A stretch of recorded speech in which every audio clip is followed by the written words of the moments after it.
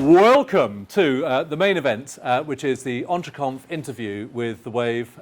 This interview this evening is sponsored by Rathbones. And we're absolutely delighted to have Nick Hounsfield here. This is a quite extraordinary tale of individual success from a pretty modest base financially. Something like, I think, £500 to start with, which over the years, over a 10-year odyssey, a £28 million fundraising round, the reality became realised, the vision became realised as the reality of The Wave. But it's also a story of extraordinary personal triumph as well. You imagine this, you imagine being this person after this odyssey, after this vision, after this fundraising, after bringing forward The Wave, in something like February or so of 2020, and we know what happened in March 2020, 2-3 strokes even, and suddenly an incredibly fit, active man in a business which is about fitness, suddenly hit by that. And then the pandemic. And from that, the least promising, potentially, both personally and in terms of time, for a major scale business, from that has come this extraordinary success. And that's what we're going to be discussing with Nick tonight. So there we are. Let's give Nick a round of applause. Thank you. So Nick, if you don't mind using this, just in case, I do want my people at the back. There we go. Very good. Yes, all good. We can hear. So Nick, wind back. You began professionally as an osteopath. I'll turn it on. Perfect. Hello. You can do it now. Yeah, there we go. So tell us, you began as an osteopath. Doing what? Why do you do it? And how did that lead to The Wave? Oh, crikey. Okay. My background. So my dad was an osteopath, and I set up a clinic with my wife on the Gloucester Road in Bristol in about 2000, I think it was. Very happy with life. Working with my wife, and then my sister became an osteopath, and my brother-in-law, and then my sister-in-law, and then my dad came from the southeast and settled in the Bristol region and wanted to work with me. So we were all like hunky-dory. We called it the family practice, and we didn't need to change anything really. And then I guess the trigger moment, I got a call from my dad one day. It said that he's been to the doctor, he'd been pretty unwell, and he, some worrying signs, and he went and had the tests and found out that he had pancreatic cancer, which was a bit shocking to say the least. And then I guess rolling on probably a couple of months, and he went to go and have an operation to try and help him extend his life, maybe for a year or so, and he died under the knife, and just at Bristol Royal Infirmary. And I made a slightly crazy promise to him that I would do something in his name that would be great for him, that he'd be really happy. I'm really proud of me, I guess. I was his only son, but we were like that, completely like that.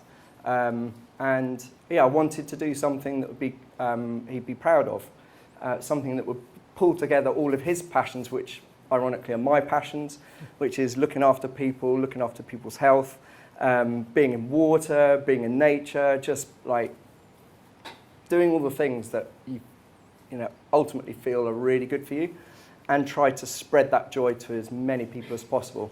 So I made that crazy promise at that time, not even knowing what I was getting myself into. And then slowly over probably 3 to 6 months, just like little bomb drops of ideas start coming through, going like, how can I build a bigger clinic so I can reach out to more people, and how can we make sure that those people of all ages, all backgrounds, all abilities, and then starting to see that there was a common thread, that most people's lack of health and well-being was because they weren't outdoors, in nature, connecting to each other, weren't eating good food, and could start to see seeds of an idea about creating a space, a venue, which people could then engage with and be able to create a business for the long term to be able to do that. And that nexus, I want to explore that a little bit more. We all know that successful entrepreneurialism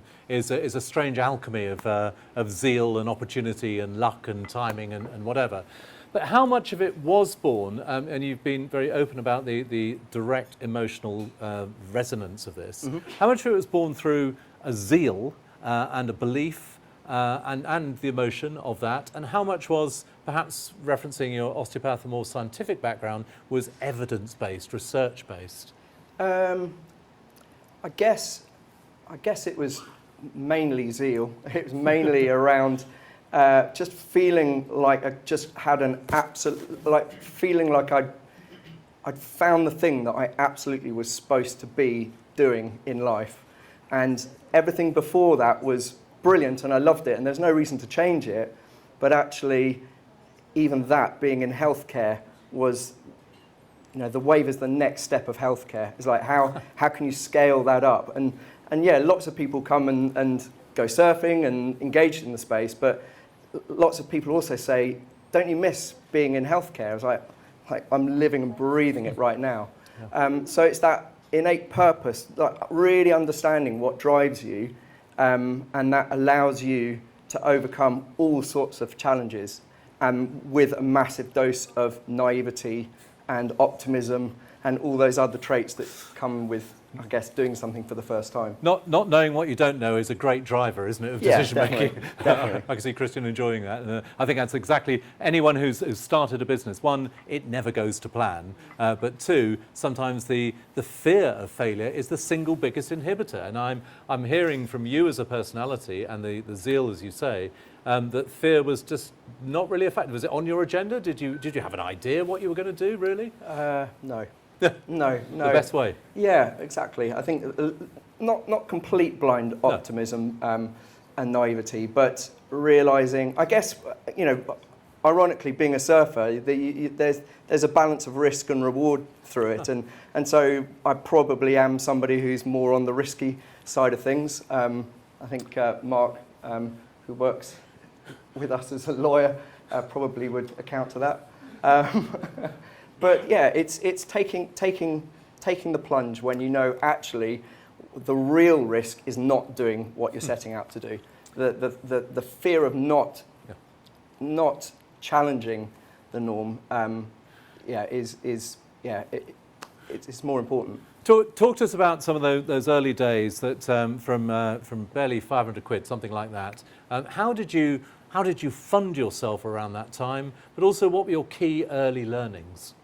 I think the main thing that we did right up front, a couple of things. One thing was about setting out that purpose right up front, really understanding what's going to be the driving force behind this, what's going to get us over any obstacle that comes our way. That was really important.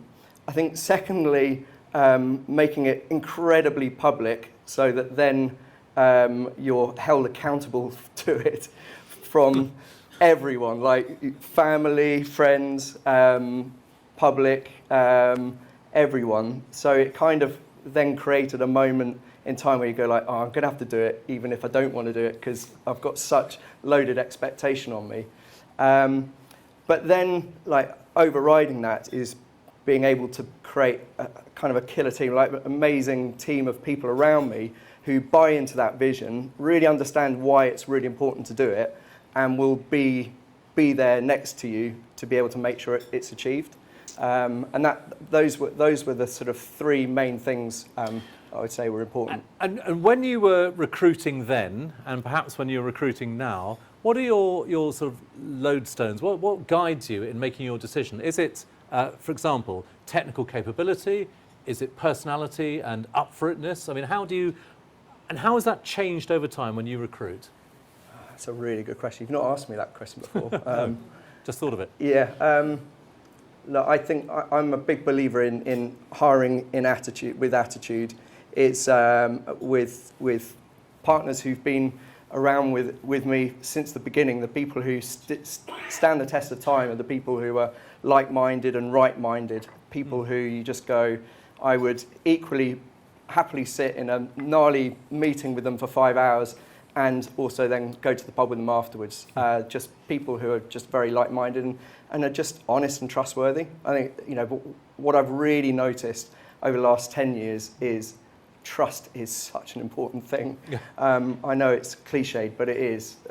When there's a breakdown in trust, it's devastating. And when you truly trust people and people around you, then anything's possible. When, forgive me if this is intruding on private grief here, but when you said when there's a breakdown of trust, it sounded as though you have directly experienced that. Do you want to talk around that area of how you've navigated that as very around it. Yeah. Very no. Wait, or just ignore it. Tell me to shut up. Yeah, probably should ignore it. I think it's mainly around. I think it's just alignment in values. So sometimes people come on board with you, really want to believe and want to be backing your corner when push comes to shove. But actually, probably their own ingrained personality and probably their life events actually means they default to something that maybe is just different. Yeah. And then there's just a misalignment, and then that's a breakdown in trust. I'm going to leave it like that. You're going to leave it like that. I will throw it open to questions in a bit, maybe not quite as intrusive as some of mine, but you never know. I want to talk about the financing of the business, the big financing round. Is it 26 or 28 million? Some. Mark, tell me. Yeah. 26, it was the original one. 26. Do I hear 26? I hear 26. And I know, and I'll contextualise it, I know that you are not the absolute numbers man, but, well, so you've told me, but perhaps you are. No, I'm not. No, you're not, okay. But as a process for you, as an entrepreneur, this zeal, this vision, the commitment to your father, this belief in what you are seeking to do, what was that process like of raising a ton load, that's a euphemism for the camera, a ton load of money? What was the process like? What were your advisors like during it? And what was it like for you to, win or gain that money to bring forward your vision to reality? Yeah, great question. I think I have no concept of that kind of money needing to be raised. Really, it could be. To me, getting the first £1,000 was as hard as getting £26 million, because it's about having to just, really tell the story about why it's going to be so important, and obviously a huge team around who are way more bright than me to be able to work out the legals and the financials and all the rest of it. But fundamentally, for me, trying to get that first £1,000 in is no different. It's about being able to create but really believing in a compelling argument as to why something should happen, and then being able to trust again on the people who are around you that would be able to help deliver that. I do want to talk about this trust point, not from a personal or emotional point of view. It's this: when it comes to advisors, and with the greatest respect for all forms of advisors, on the whole, the technical capability, if not quite a given, is expected. So when you choose an advisor, and other entrepreneurs here, when they seek to choose an advisor, talk to us about the role of trust and regard that you have for people's personal judgment as your advisors, as well as their technical skills. Can you rephrase that a little bit? Can I rephrase that? I'll try to make more sense of it. So that the technical skills which legal and financial people have is absolutely vital. That's the bedrock, that's the offering. But the actual decision-making in more complex times is ultimately born of trust. Do I rate that person's view? So when you go into a relationship with a professional advisor, how do you attempt to determine whether they're someone you might trust? Again, I think it's them understanding where you're coming from. So understanding the thing that motivates you. So if it was purely financial, and they're going to advise you to do what's best for you or the company from a purely financial point of view, then they'll make those decisions. But understanding that maybe my motivation that is reflected in the Wave and the company, which is more of a triple bottom line approach about balancing it with social and environmental, if they can actually come with suggestions and say, well, this is what we would normally say, but on balance, given the profile of your company and the things that really motivate you, maybe this isn't the right decision to make. Maybe I would suggest something different. So I guess for me, it's about really understanding the motivations around the founder, the entrepreneur, and then obviously reflecting through that company. And that's important to me. And you only know that by spending time with, either the founder or the person that's actually started the whole thing. And what about any advice for some of the entrepreneurs here when, either right now or in near terms are considering appointing advisors? Mm-hmm. What key tips after your odyssey on the fundraising, the growth, etc.? What key tips about which advisors to choose? And I'm not asking for names because that's a bit egregious. But as a process, First of all, the one that actually backs you and doesn't charge you to start off with. I think that's a really important thing to get you going. Bread on the water, pro bono work, whatever. Yeah. Exactly. But then it is around making sure that you're working with somebody who you can scale up with. So is willing to treat you, at the absolute grassroots as though you were the most high-flying business at the same time. So it's just about treating you with respect, that what you're bringing forwards is just as important as maybe if it was Elon Musk, who I haven't spoken to yet, in front of them. So it's just giving you that light of day and that sort of respect for where you are at that stage. And talking of stage, let's come to the chronology of the wave in this respect. So you opened in October 19. Yep. So 2, 3, 4 months, and we'll come on to the next part in a moment. In those very early days, how far did it go to plan, and how far does that plan actually matter in any case? It didn't completely go to plan. I think,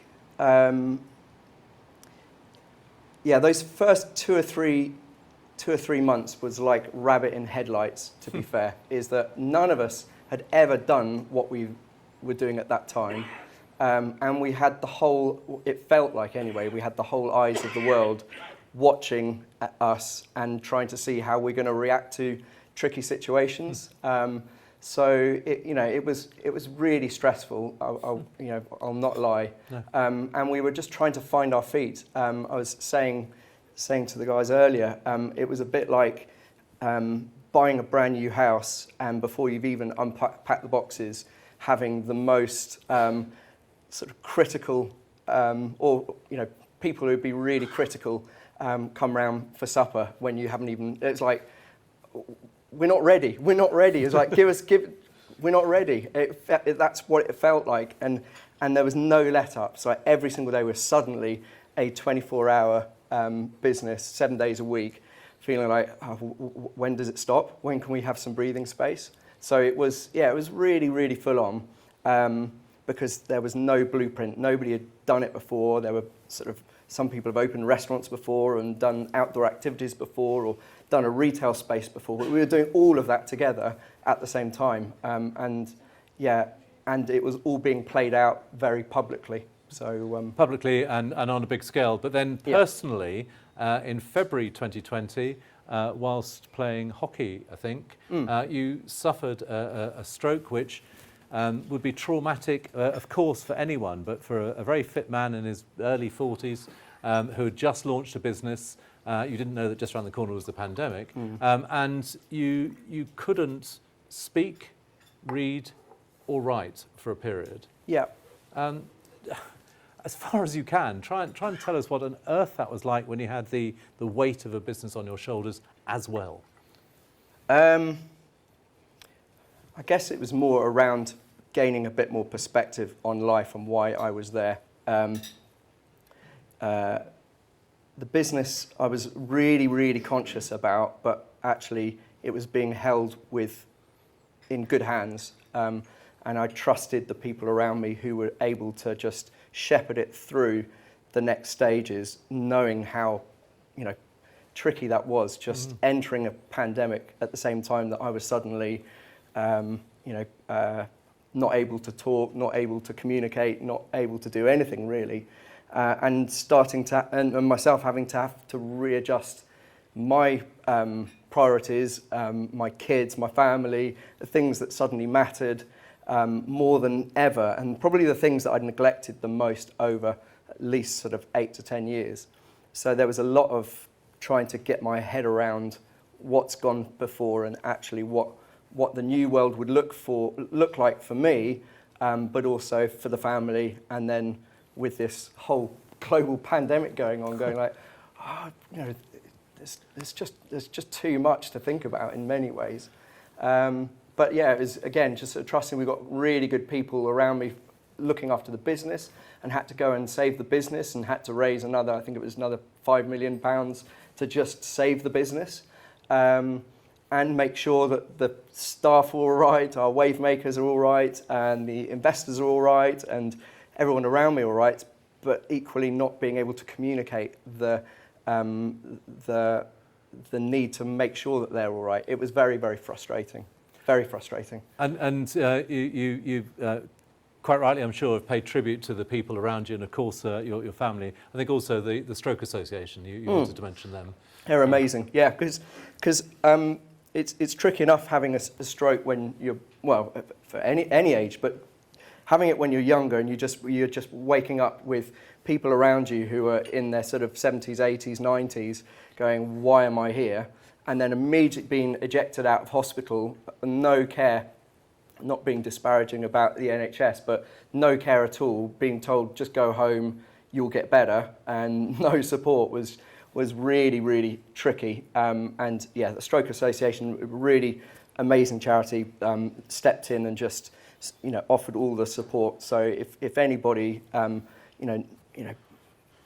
knows of people who have had a stroke, just reach out to Stroke Association. They are really, really good, really good. I will move on from the personal in a bit, do. but I do. And we'll talk about the business. But I did just want to ask this: given that experience, as far as you can tell, how do you think that has changed you as a manager, as a boss, as a leader of a company? That experience, if at all. Yeah, it massively did. So I guess I probably I knew that I wanted to get back to work probably after about 6 months, when my brain felt like it was starting to come back, and my speech, and was able to communicate. And then, but I knew that I guess it's a little bit of a renewed purpose. So I was very, very lucky. Whilst a lot of people in lockdown were sort of held up at home, I spent a lot of the time at the Wave, just cleaning the lake and looking after the space that I felt like I'd actually never really felt like I'd made my home yet. So I had at least 3 months of just trying to keep the lake clean and water the plants and stuff like that. Why am I going with this? But because I actually realised that was a massive part of my rehabilitation, realising that being in blue spaces around water, waves, was really rehabilitative for me. And I then realised, oh my goodness, it's like, this is what everybody is missing out on right now, being in lockdown. And I think that there's a real opportunity with a real renewed vigour to be able to message how important water and waves are for people's health and well-being, or just being outdoors and in nature. So that sort of rehabilitation of myself, I felt like we could really go out there and share this much, much better. And interestingly, going down that sort of messaging, there's not a single person saying, oh, I don't know what you're talking about. Everyone's been through being locked up, feeling like they're missing people, good food, outdoors, nature, water, and we've got the perfect place to be able to deliver that. Do you think, slight words in your mouth, do you think it gave you a yet greater sense of purpose and determination to drive on? Yeah, no, definitely. But also a real understanding that it's still going to the lucky few, and we probably weren't really yet fulfilling the full vision, which was about all ages, all backgrounds, all abilities. So that, right at the start, we knew it'd be really easy to market surfing to white middle-class males. We knew that it would be really hard to do the opposite. And that was something that I wanted to come back with a renewed vigour to be able to tackle. So we've done loads more, particularly this year, sort of more social impact work, trying to reach out to communities that would not normally have the ability to use our place. And then more importantly, I think, is that starts to reflect in our staff and start to look at the barriers that we have in our staff to be able to diversify our staff. And that could be cultural, it could be transport, it could be loads of different things, but start to look at, right, what are those real barriers and how can we break those down? And it's been working, but we've got a long way to go. One question from me about the pandemic, and I'll throw it open, so please do have a think if you wish to contribute. The pandemic, this was barely weeks, if that, after your stroke, and you were in that recovery and difficult process. How did the business cope with the pandemic? What support did you have from your funding lines? What support did you have from your teams? You couldn't operate for X months. What was that like for your business that had just started? Yeah, it wasn't pretty. It wasn't pretty at all. I think the tricky thing here, just rolling it back as well, is that we'd onboarded about 150, 200 staff to start it all up. We knew that we needed to get another 100 people on board ready for the next season, and we hadn't really had the chance to even do a proper get together, like all parties meeting, to be able to enthuse people and trying to really develop that culture and that stickiness. So it was really tricky because that glue hadn't even had the chance to set yet. So again, I guess the plus side, I've never been asked this question. I think the plus side is that I'd been like round the block for so many years telling people how we wanted to be as a business, that actually a lot of people came and worked with us on the trust and understanding that that's the way that we're going to be, that we will do the right thing by our staff. So I guess, ironically, it comes back to trust in that I'd been out there for so long saying how we should be as a business, how we should be to our staff, how we should be as customers. And there was a lot of trust riding on me to make sure that is delivered. Yeah. Well, there's something I think called the 6 circles of Hades. You effectively had 3 of them in short order. Yeah. The vision, which is trying to bring forward something extraordinary, which had never been done before. Your stroke and the pandemic. That was a business which can survive that degree of formative problem. Speaks testament to what you have delivered, Nick, so far. Let's throw it open. Please say the name of your name and the name of your company. I'll repeat the questions so we hear it for the recording. So. Some questions, please. Once one does, then lots will. There we go. Yeah.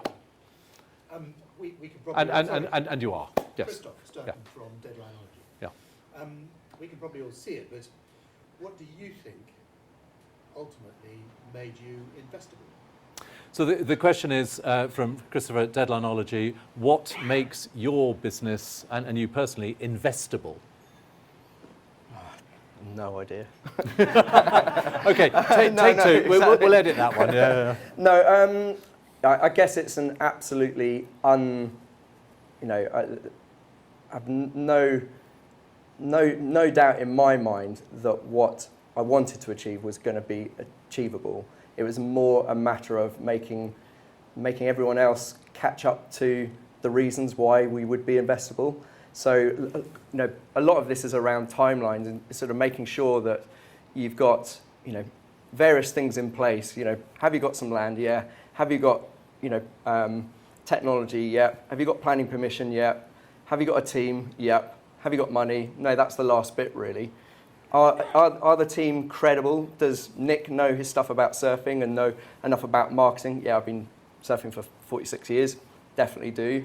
Have I got credible people around me who have got experience in either startup or starting new ventures and building quickly, growth, a team of advisors around us who are credible? Then it starts to sort of layer on upon layer go, actually, I would almost invest in me if I needed to. He's always convinced himself. Yeah, exactly. But it's true though. It's just layer upon layer, and it is gradual. You know, right at the beginning, probably it was just me going, "Have you got a good vision? Yeah. Do you know surfing? Yeah." That's probably it. Would I invest in myself? Maybe £1,000 is a bit of a punt, but then it starts to build up as soon as you've got people around you that bring that credibility around you.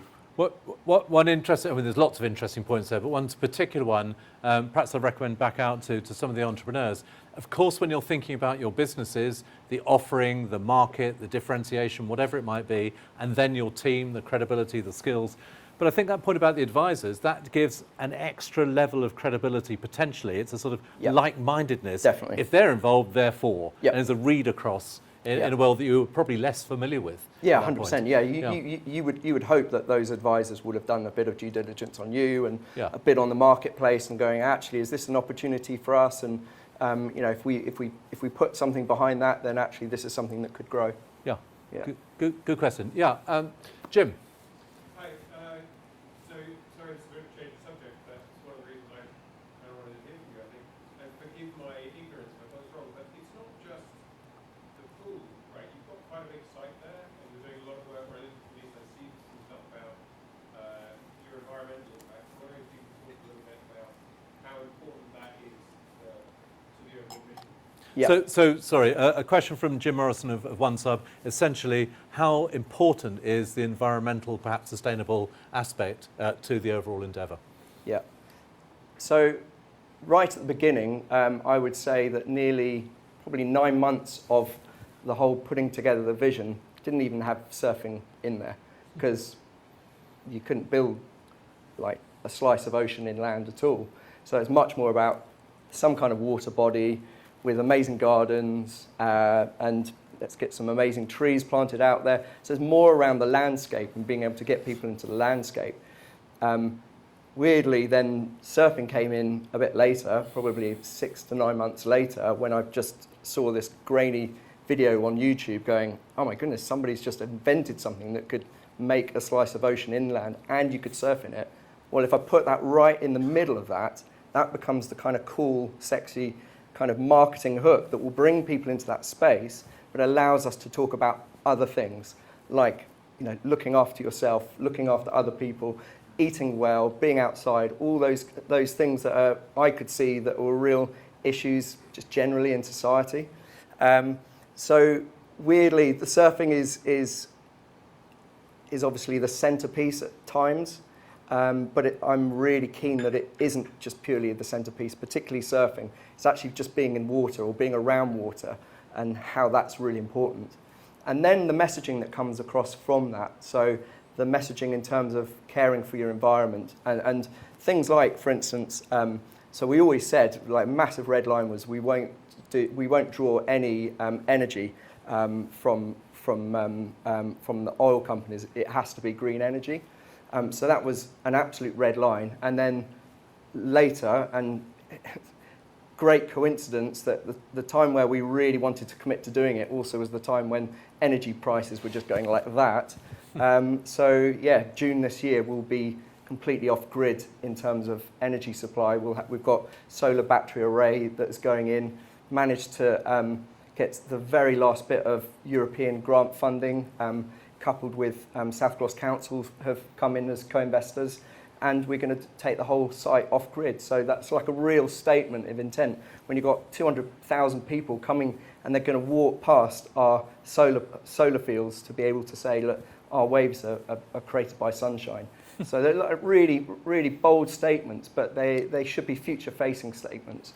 You know, this whole venture of the wave is you know, it's pretty audacious. You know, it is pretty groundbreaking and game-changing. All those sort of vernaculars there, but they are, and we want to just keep doing that. Like, how could we better employees? How could we better stewards of our land? How we can work with partners to be able to bring the right people who should be benefiting from our space.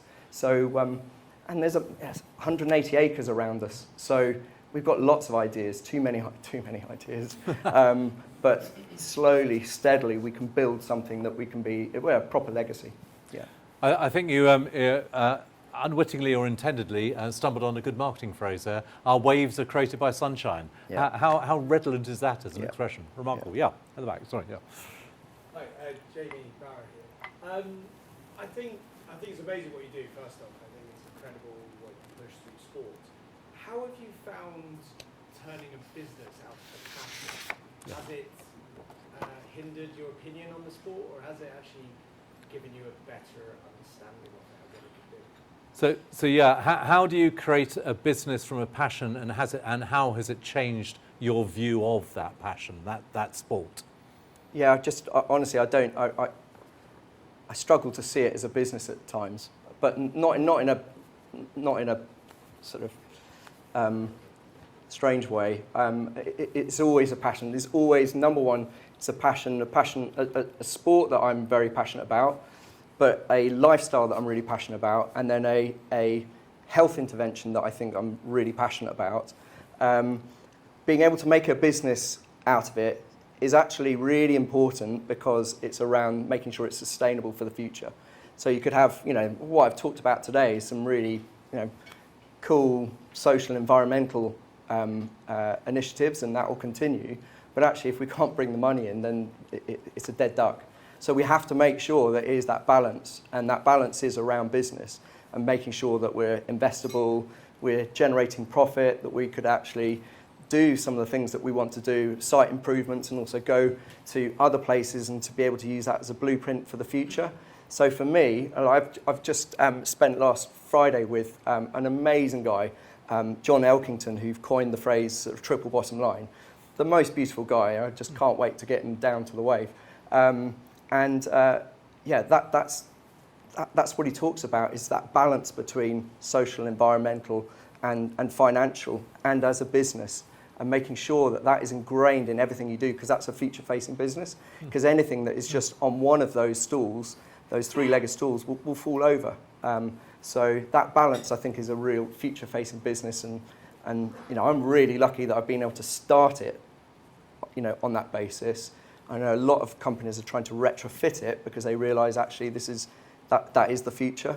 And I think any entrepreneur right now really should be looking at those, that triple bottom line, making sure that's ingrained in the way that you think about business and think of the world, really. Yeah, that's great. Gary Fisher from Mode Consult. Hi Nick. I believe you've got planning to replicate what you've got now, at least to come to somewhere else. Yep. What's your big key learning from what you've just been through to what we've got into the next slide? So the question from Gary Fisher at Mode Consult is, with another project underway, what has been your key learning from the first one you're going to apply to the second one? That's great. All right, maybe not singular. Amongst the learnings, let's hear them. I think the main thing, so we started off with the London project a couple of years ago, and my learning right now is that we started off. So we did Bristol on a bit of a shoestring budget, realistically. Particularly 26 million is a shoestring. No, before that. But okay. getting planning and, actually realise it's all about relationships. So, before I was able to, grace landlords with their rent, we had, it was a gentleman's agreement, handshake to get those things, over the line. And so that first stage was, as much as possible on shoestring budget. Then starting London, we had, the coffers were slightly fuller, and we started to go, right, let's go for it. Let's be really rapid expanding. We've got the money, we've got some capital to be able to inject in this particular project, and really realised that we weren't going any faster. Because actually it was still around relationships and really forging those relationships deeply at the start, and that money can't buy you those relationships, and actually they can destroy them. So for me, and we're just about to start the sort of the main thrust of planning for London in around about April, May time, I want to go back to almost treating this second venture like we're on a shoestring budget. Not to be stingy, and obviously our investors would like us to make sure that we're controlling costs and stuff. But actually, I think you lose a lot of that relationship and those relationships by trying to go too fast, too quickly. So because we don't want to do 5 in 2 years, we just want to do pretty much one at a time, but a pipeline building, actually it goes back to those relationships and trust again, I guess. And so that London project is Enfield, is that? Yeah, Enfield, North East London. Rough sort of timescale when, not going to hold you to it, but come on, say it for the camera. When do you think it might open? Yeah, when it's ready. Oh, no. You've given I'm sure you've given that answer before. Roughly speaking, we're probably talking like 25? 25, 26, something like that. So yeah, we're going through planning. We'd like to have planning in this year. We've done all the Reba Stage 1 design work right up to there. So we know what we're going to build. It's just getting through planning. And again, it's greenbelt, so that's contentious at some, and we've got obviously the London Mayor to make sure that we've got on board. So there's a political aspect to this that we've just got to make sure. But again, that's coming, making sure you're selling it really well with a really coherent vision for the future. And the great thing and bad thing about climbing hills is always another hill beyond it. So beyond Enfield, what might loom? Well, if you'd asked me that 2 months ago, it'd be different. What has happened is that there have been loads and loads of, when I say loads and loads, it's probably about 100 different wave ventures or surf park ventures said that they want to do one around the world. And what's happened is that because it's really hard to raise funding at the moment, it's all slowed down. So there's like this real pent-up sort of want to do it, but actually it's quite hard to raise the money to be able to do it. And I guess it's about the power of again, relationships. Some of those relationships on different projects have broken down. And they're now coming to us and say, could you do it? It's like, you've built one of these before, you know how to operate it, you've got a really good marketing team now who understand how to, so-called sell what you're doing. You've got a great ethos, you're doing social impact, you're also looking to do it as sustainably as possible. So why don't you come and do it? So in answer to your question is that I think that there is a lot to go at if we want to. And it's just about making sure that we're doing it in a methodical way, not rushing things too much, but making sure that what we do build is something that we can be properly proud of. And how, this isn't negotiating in public, honest, how flexible is your potential business models? For example, JVs elsewhere? Might you license the technology? Might you be essentially a contractor on behalf of someone else? Or is it all about ownership? The ideal scenario is to be a developer and also an operator. Because I think that's the way that we can, particularly from a brand point of view, make sure that we're in control of that. I can't imagine us licensing out our brand and franchising too easily. The other thing, a bit theme parkish almost. Yeah, or? exactly. That's not our style. But what we have learned over the years is that we've not a huge amount of IP, but there is some IP, particularly in like our booking system and our ticketing system and the back end and front end of the website and all that sort of stuff. And we have got a bit of a sort of one-stop solution, which I think that's something that is quite interesting, which doesn't affect us as a brand, but actually is eminently valuable to other people. Yeah. So for me, it's mainly about making sure we stick to that core philosophy about why we're doing it. And if we've got somebody who's going to be a partner who believes in that exact same thing, then that's great. But I'm not interested ever in just building a theme park for the sake of it. I want to talk about how businesses scale and how entrepreneurs work within that. That in the early days and maybe well up through, an entrepreneur is absolutely all over a business. Their paw prints almost are there, their ethos, approach, ideology and so on. As a business scales, you have to relinquish control, have to give authority. How good are you at relinquishing control when you have such clear zeal?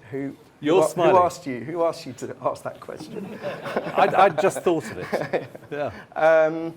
I'm learning Honest. very quickly. I'm learning very quickly. I think a lot of why I ended up having a stroke,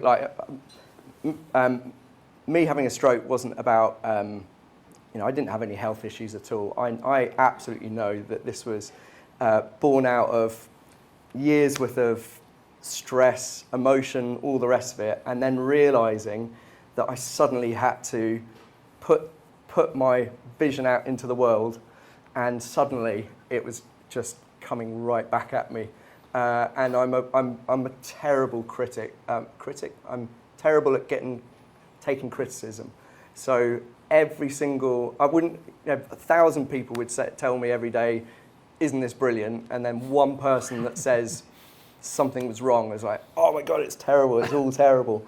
And I think that weighed really, really heavily on my heart and also on my brain.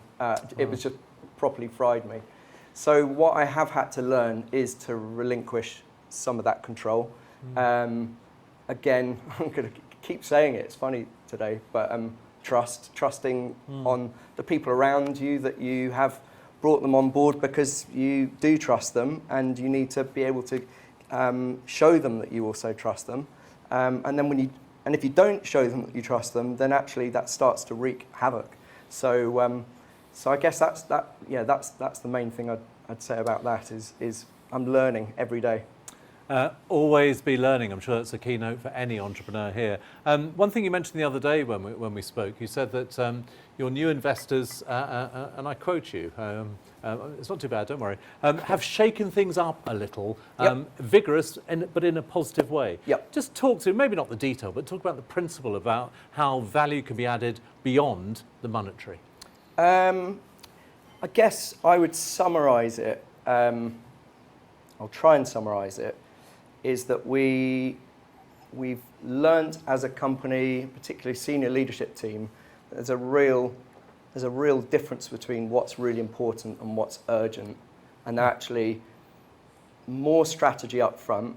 And we're quite lucky because we're a seasonal business, so we can do our planning in the winter and then hopefully rolls through to the summer.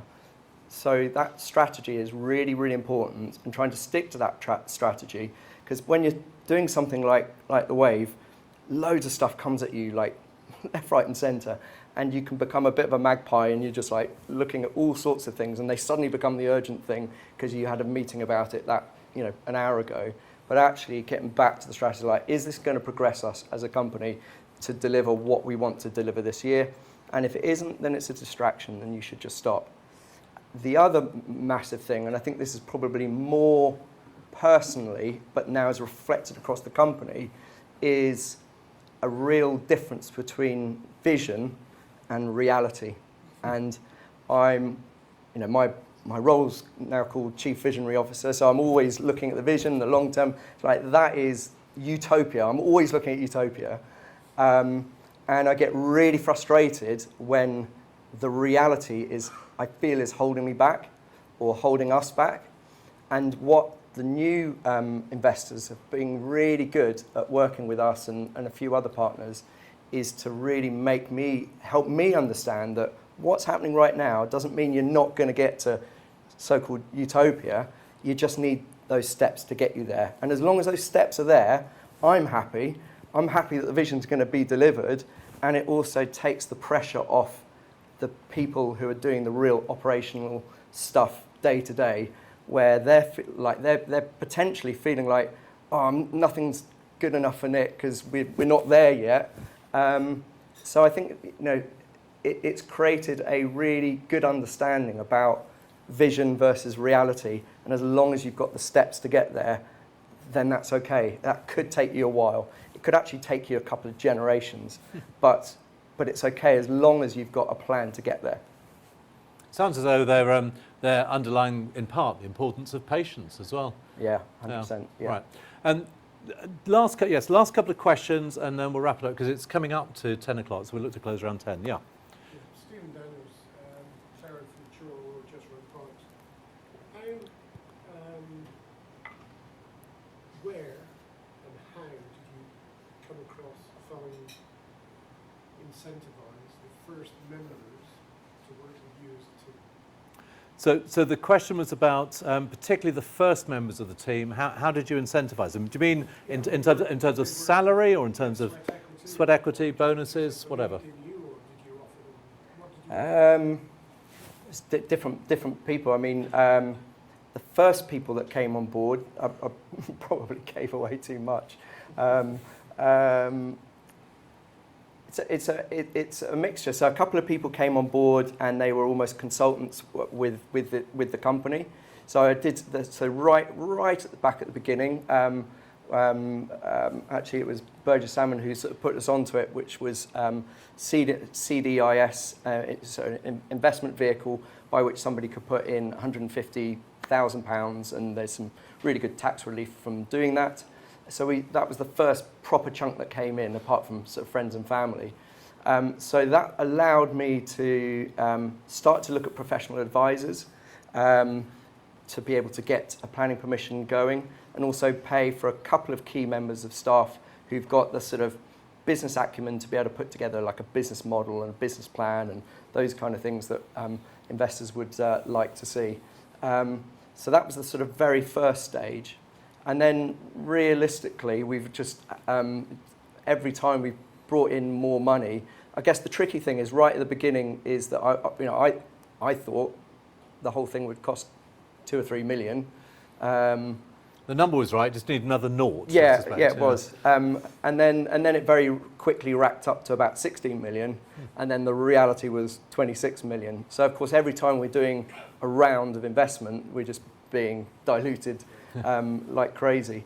However, it's just a real mixture of people wanting to come on board just because they want to be involved and know that maybe later, that particularly professional advisors going like, well, we'll put some money in the pot, work pro bono, and probably there'll be a long-term relationship, and that's worked with a number of advisors.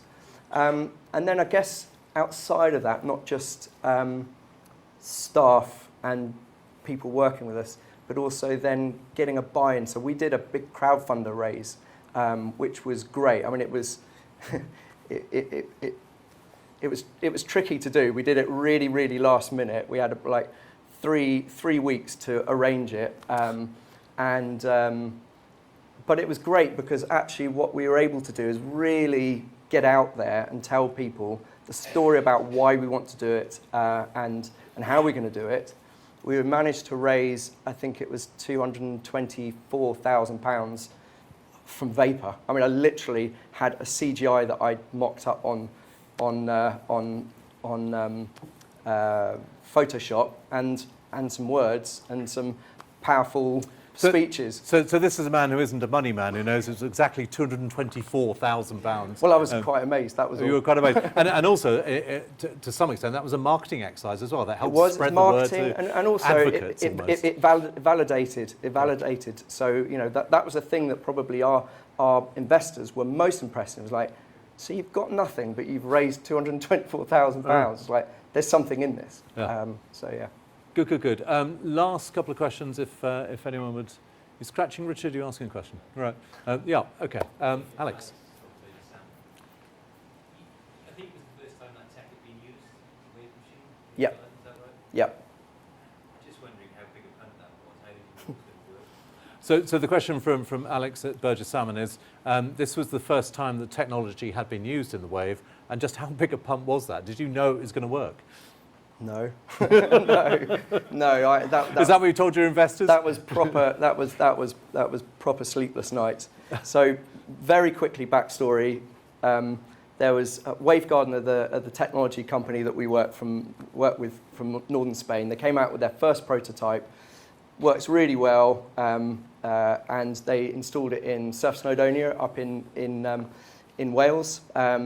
And it was great. It was a good experience, but actually it didn't allow the occupancy in the water to actually drive a business model. So fundamentally, it was never going to wash its face at all.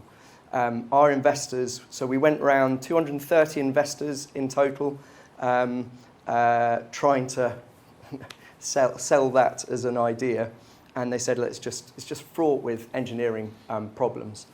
So we told Wave Garden, our technology company, and said, look, we're really struggling to get investment because there's some real frailties in this engineering.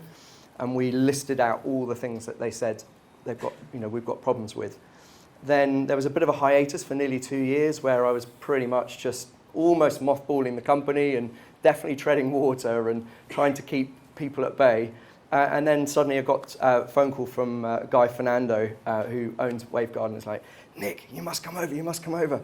We've done it. And he sent me like this little grainy video of like the perfect waves. And they'd sorted out all of those engineering frailties. He said, get here now. So we immediately booked up to go to Spain, took these new investors over who were really interested in sniffing around and investing in us. And we managed to get the investor, Francis, surfing within 30 minutes. He was surfing a 1.8 meter wave. He'd never surfed before. And he literally just says, where do I sign? Where do I sign? And that was the moment whereby we knew that the technology was definitely ready to market. It wasn't fully developed on full scale, but you could see my brain realized that is something that we could roll out and it could work on a bigger scale.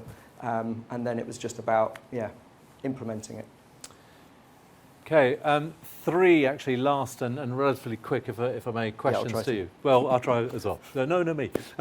So if you look at the business, what are the barriers to major growth from here? Is it capital? Is it scaling management? Is it land availability? What are the barriers, or are there not?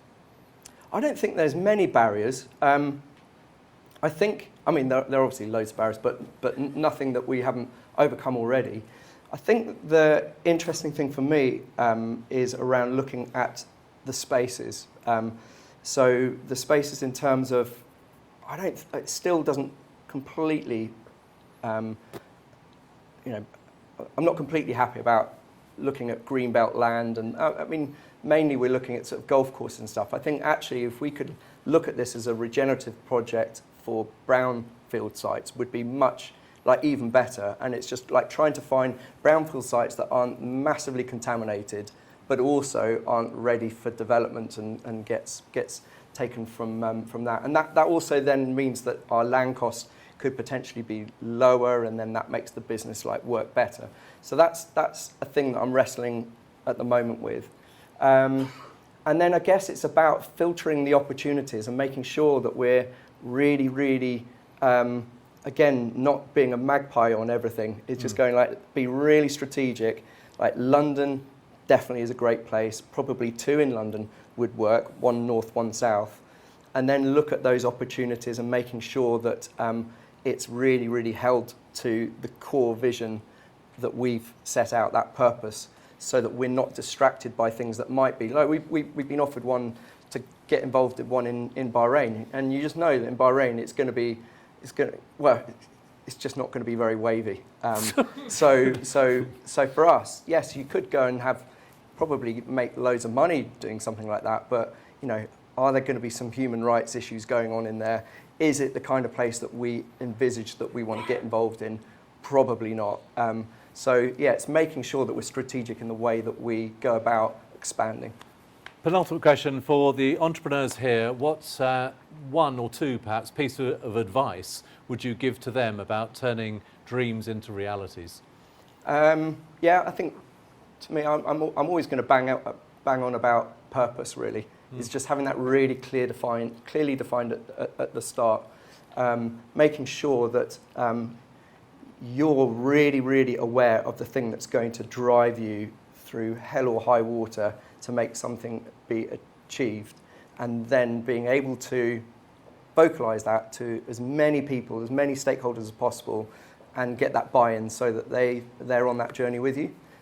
So to me, that's the special sauce, really. I think that's the thing that once you can really distill that, is the thing that will just make sure things happen. A last question, really, which I expect some of you may be thinking of already. Given this growth, given the opportunity, given the vision in which you've articulated, if you were to attempt to wind the clock forward 20, 25 years, you're by then, I don't know, 65, 70 or some such. What is, I don't know, I'm doing my maths quickly, can't work out, something like that. What is the destiny of the Wave? What might it be as a business by then? Oh, crikey. I guess it probably is sort of visionary officer. It's, for me, about thinking about a business plan and a business strategy that goes beyond my lifetime, not in a cheesy legacy way. I don't mean it sort of, but actually setting out the stall as to what this business could be in 50 years' time. Because actually, what happens when you do that? You just take all the egos out of it. You actually just pin yourself to that core purpose about why you're wanting to achieve what you're wanting to achieve. And as soon as you get rid of the egos, actually, I think it becomes really, really clear in terms of what you want to achieve. And then you can start to build your strategy and business plan off the back of that, and then be able to get back to 10 years, 5 years, and also then start to slot in, right, well, we've got investors in at this stage, and maybe they want to exit in 3 years or 7 years or what have you, but you just know that they're just part of that journey, that history that's going to be rolled out in 50 years' time. And I don't think we should be afraid to look at really long-term sort of business strategy and then start to roll stuff back from there. And I love thinking in that way, and I think to me it then gives me a bit of clarity in terms of what the real essence of what we should be achieving in 50 years' time is really exciting. What's brilliant about that, amongst many other things, is I thought it was quite long term, 25 years' time. You're thinking potentially 50 years. This is, talking of time, this has actually run slightly longer. I've let it run, it could have gone on for ages. I found this personally absolutely fascinating. In closing, because our revels here are done pretty much. In closing, thanks to the Avon Gorge team for looking after us tonight. So thank you very much to them. Please remember and perhaps join the conversations around EntreConf at the Watershed on the 22nd of June, and then the EntreConf Awards, which will run in September 28th at the Bristol Museum. We'll have further EntreConf dinners, such as our female entrepreneurs, as mentioned earlier. But particular thanks tonight to Nolan and the team from Rathbones for sponsoring us. So to Rathbones, thank you very much indeed. Thank you to Christian Samuel of Roots Allotments, and as I say, an absolute star in the making, that business. We've heard from a big star today, but this one is a nascent star. You can feel it happening. Thanks to Life Media for filming, and to John Craig for the pics, if John's still here. Thank you to all for attending, but a special thanks to Nick. We traversed some very detailed personal terrain. It is about as emotional and as deep as it gets to someone's life to go to experience that, but then to talk about it, to talk about your father's formative role as well in terms of propulsion to your ideas in the first place. But the navigating of the personal stuff, stuff, I'm not minoring it, the pandemic, the vision, turning vision into reality, fundraising, having the view for the next opportunities, and articulating a vision which I'm sure all of us have found incredibly inspiring. Thank you ever so much to Nick Hounsfield of The Wave. Thank you. Thank you.